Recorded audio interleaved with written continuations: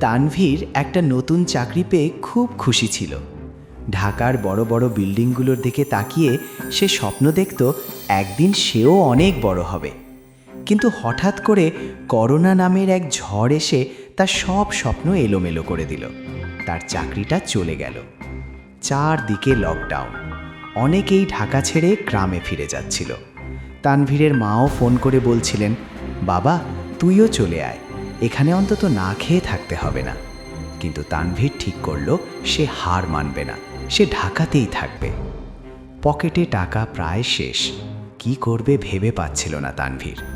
একদিন সে দেখল কিছু মানুষ মোটর বাইকে করে খাবার পৌঁছে দিচ্ছে। তখনই তার মাথায় একটা বুদ্ধি এলো।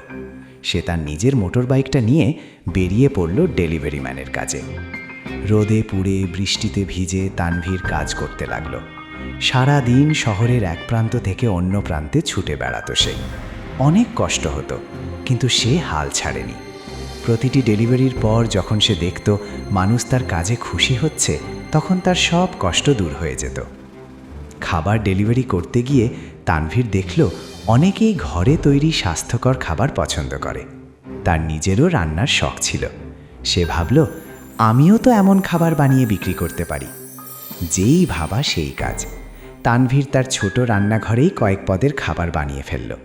তারপর সেগুলোর সুন্দর করে ছবি তুলে ফেসবুকে একটি পেজ খুলে পোস্ট দিল। পেজের নাম দিল তানভীরের হেসেল।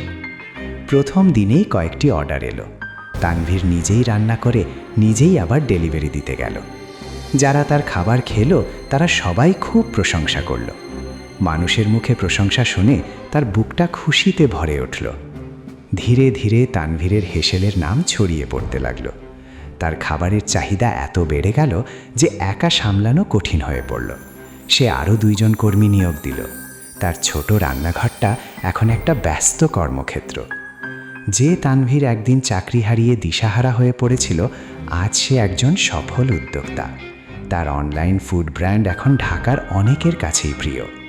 সে প্রমাণ করেছে সততা আর পরিশ্রম দিয়ে চেষ্টা করলে যে কোনো বিপদকেই সুযোগে পরিণত করা যায়। একদিন সন্ধ্যায় তানভীর তার অফিসের বারান্দায় দাঁড়িয়ে কফি খাচ্ছিল। ঢাকার ঝলমলে আলোগুলোর দিকে তাকিয়ে তার মনে হলো ঝড় এসেছিল ঠিকই, কিন্তু সেই ঝড়ের পরেই তো এমন সুন্দর আকাশ দেখা যায়। ধৈর্যের ফল সত্যিই মিষ্টি হয়।